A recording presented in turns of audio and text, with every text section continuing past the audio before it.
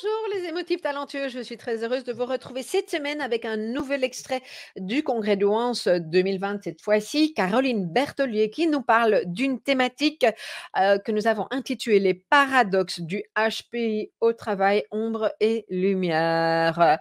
Alors, avoir une lucidité affûtée, être naïf également, se lancer dans l'action avec une énergie débordante, mais aussi procrastiner, besoin de se sentir utile, ne pas savoir toujours s'y prendre avec les autres. Voilà quelques-unes de caractéristiques qu'on peut retrouver chez les personnes HPI. Alors, sur le plan professionnel, justement, ces caractéristiques peuvent être un levier incroyable d'épanouissement, de performance et de réussite, mais à condition que le côté obscur de la force n'annihilbe pas pardon, toutes ces ressources. Et c'est ce dont Caroline Berthollier va nous parler. Elle va nous montrer comment passer de chrysalide au papillon, comment déployer ses ailes dans le champ professionnel à travers cet extrait d'interview du congrès de Douance 2020. On se retrouve tout de suite avec Caroline Berthollier.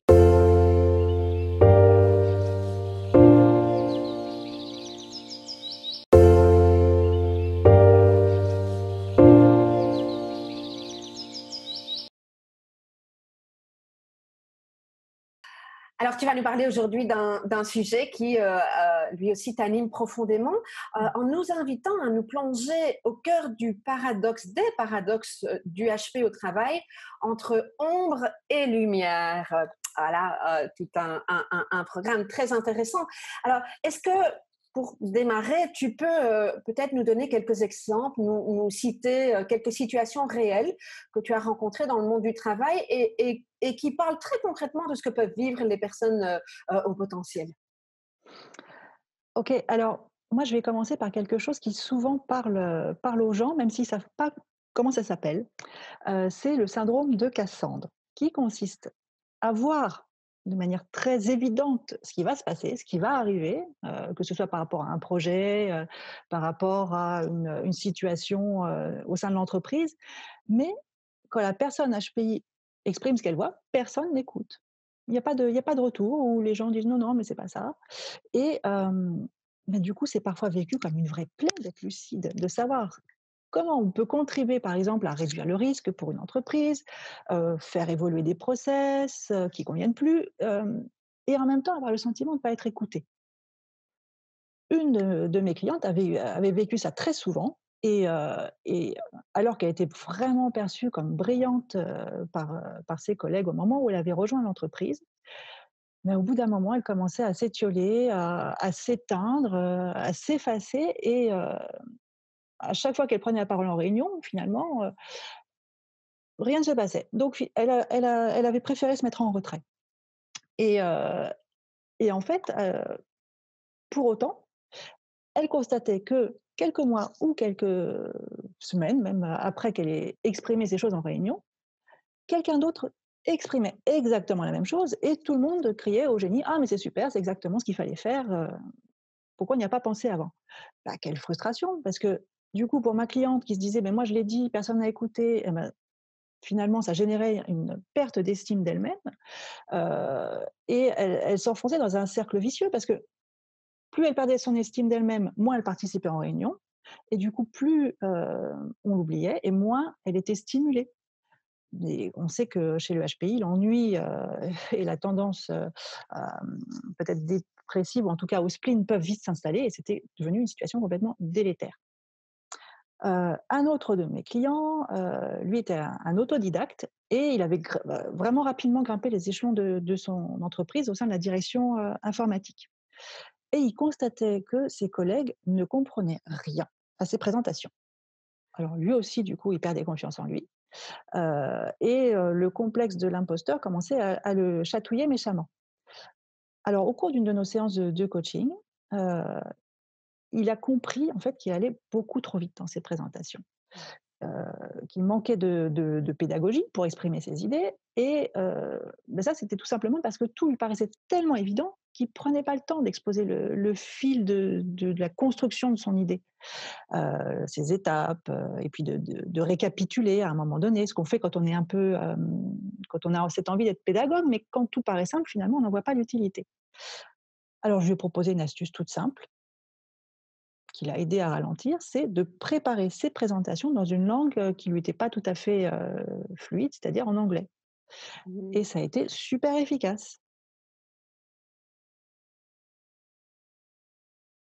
Alors, donc, dans ce que je comprends aussi, c'est ce que tu mets en avant, c'est l'importance de se connaître et de pouvoir non seulement connaître, mais intégrer aussi nos caractéristiques, notre manière de fonctionner en tant que surdoué, personne à haut potentiel.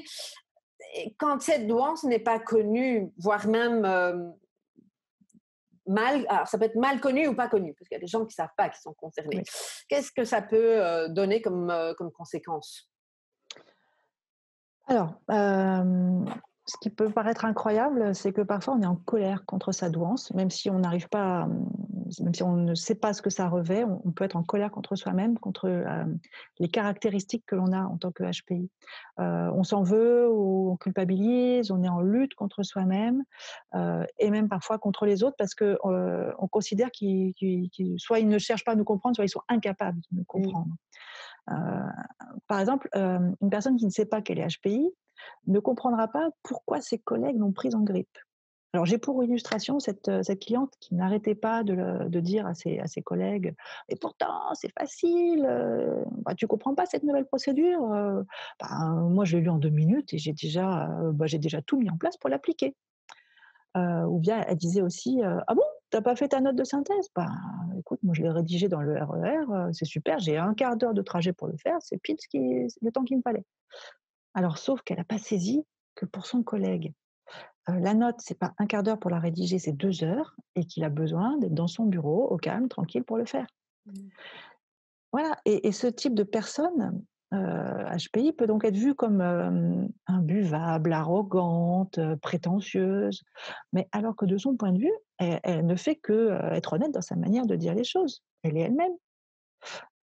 Alors une autre illustration, une personne qui sait qu'elle est concernée par la douance, elle et donc qui est concernée par, qui sait qu'il y a cette hypersensibilité en elle, mais qui considère qu'il ne faut surtout pas montrer ses émotions, surtout au travail. Ouais, Alors ça, c'est effet cocotte minute garantie, et ouais. alors que, bah, cette personne, elle aura passé sa vie à contrôler, à maîtriser, ses émotions, ses réactions et bien un jour, pour une raison anodine et qui n'a rien à voir avec le schmilblick, et bien le contrôle va échapper totalement et on assistera à un pétage de plomb, par exemple dans les couloirs, quelqu'un qui vient voir la personne et qui lui dit: «Ah j'ai adoré ce séminaire de team building» et la personne HPI va exploser: «Mais c'était n'importe quoi! On nous a raconté du pipeau» et va avoir une réaction complètement excessive, ce qui fait que son interlocuteur sera complètement déstabilisé. Alors, pour résumer, je dirais que les conséquences, d'une douance mal connue, pas connue, mal vécue, sont à la fois de l'ordre de l'estime de soi, de la relation aux autres, de la capacité à se mobiliser à bon escient, à la canalisation des émotions et même parfois à la santé. On en Mmh. reparlera tout à l'heure un petit peu. Mmh mh. Mmh mh. Mmh. Oui, ça me touche ce que tu dis, ce que tu donnes comme exemple, par rapport au fait quand on se sépare, on a l'impression que l'autre peut faire aussi vite que nous. Moi, je peux témoigner que j'ai été longtemps là-dedans, en me disant et c'est horrible de dire ça aujourd'hui, enfin horrible, je sens combien ça peut être un poids pour l'autre, me dire: «Mais si je sais le faire, tu sais le faire», parce que j'avais une Eh toute oui. petite Mmh. estime de moi, hein, et mon Dieu que j'ai pu être maltraitante malgré moi. Mais C'est ça. je trouve que c'est important de pouvoir le témoigner, en fait. Merci d'avoir mis ça en lumière. Alors, quand on parle de douance en entreprise, qu'est-ce qu'on peut y voir comme positif? Qu'est-ce que ça a d'intéressant, entre guillemets, de chouette, de positif d'être surdoué en entreprise, d'être surdoué au potentiel, peu importe comment on le dit. Oui. Ah, il y a plein de choses super. La rapidité de compréhension, la capacité d'analyse et de synthèse, la capacité à faire des liens, à mobiliser son empathie. Il y a aussi la pensée créatrice et innovante, il y a ces fulgurances qu'on a, on ne sait pas d'où ça vient, mais paf, ça arrive. Il y a la curiosité, il y a l'ouverture, enfin il y a toutes ces qualités merveilleuses qui sont vraiment précieuses en entreprise et qui sont source de richesse, surtout en cette période qui nécessite quand même, de plus fortes capacités d'adaptation et de résilience, que jamais.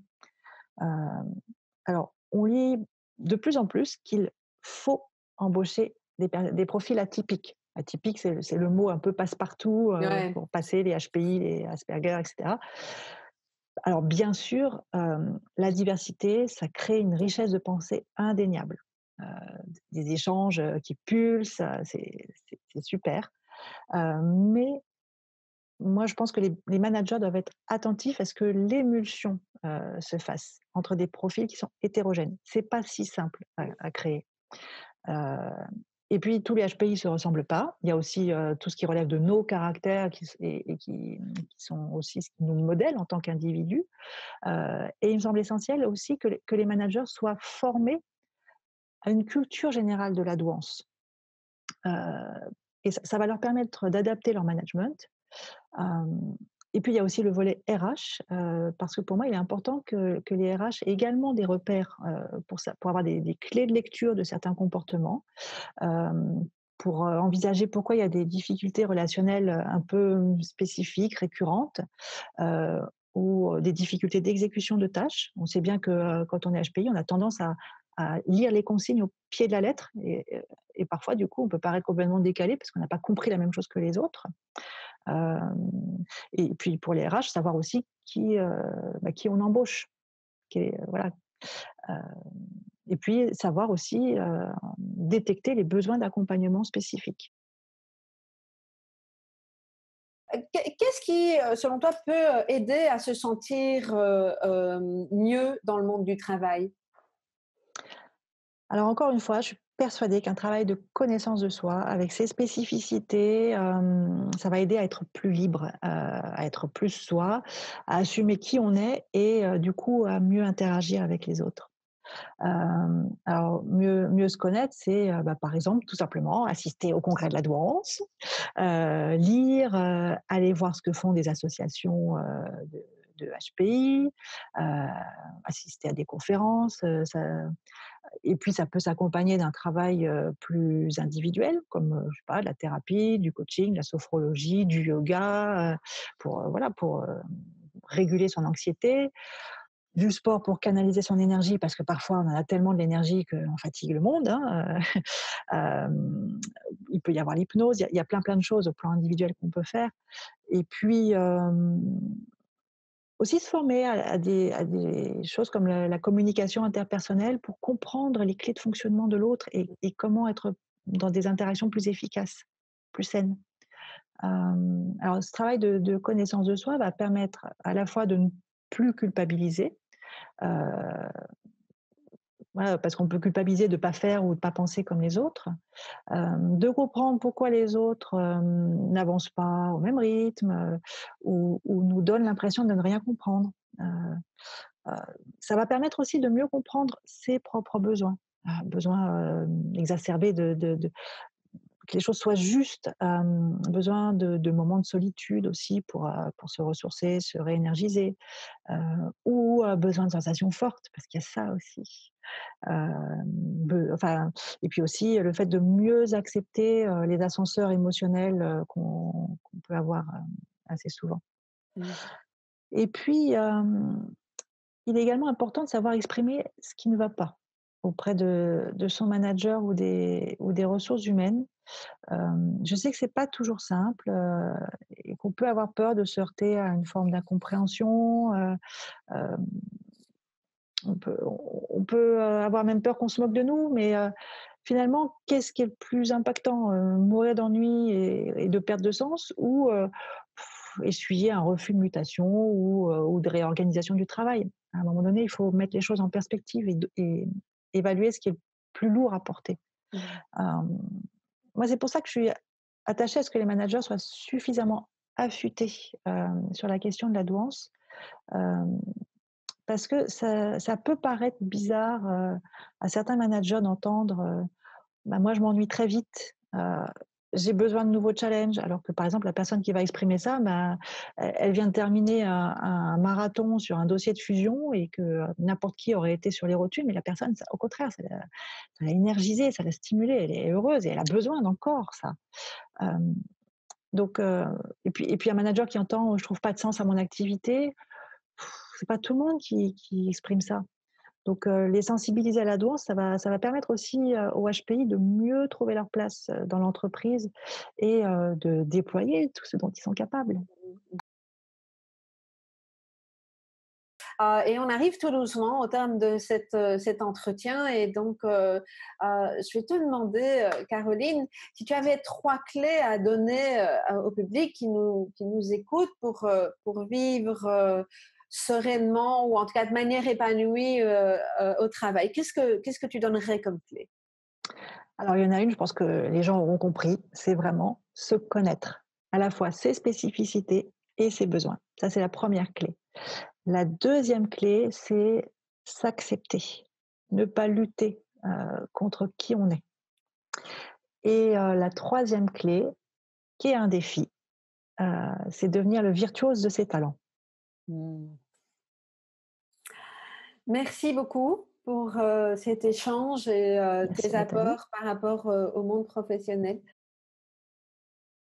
Si vous avez apprécié cette vidéo, bien dites-moi en commentaire si vous voulez bien ce qui vous a le plus parlé ou tout simplement mettez-moi un petit pouce pour m'encourager à vous envoyer de nouvelles versions. Alors, si vous souhaitez avoir accès à l'intégralité de ces vidéos avec de nombreux exercices pour faire de votre haut potentiel et votre hypersensibilité une force, eh bien, je vous invite à découvrir le pack potentiel qui reprend tous les thèmes depuis le début des différents congrès de Once avec toutes les interviews et des ressources inédites. Alors, pour tout savoir, rendez-vous tout simplement en description de cette vidéo et vous aurez toutes les informations. À bientôt!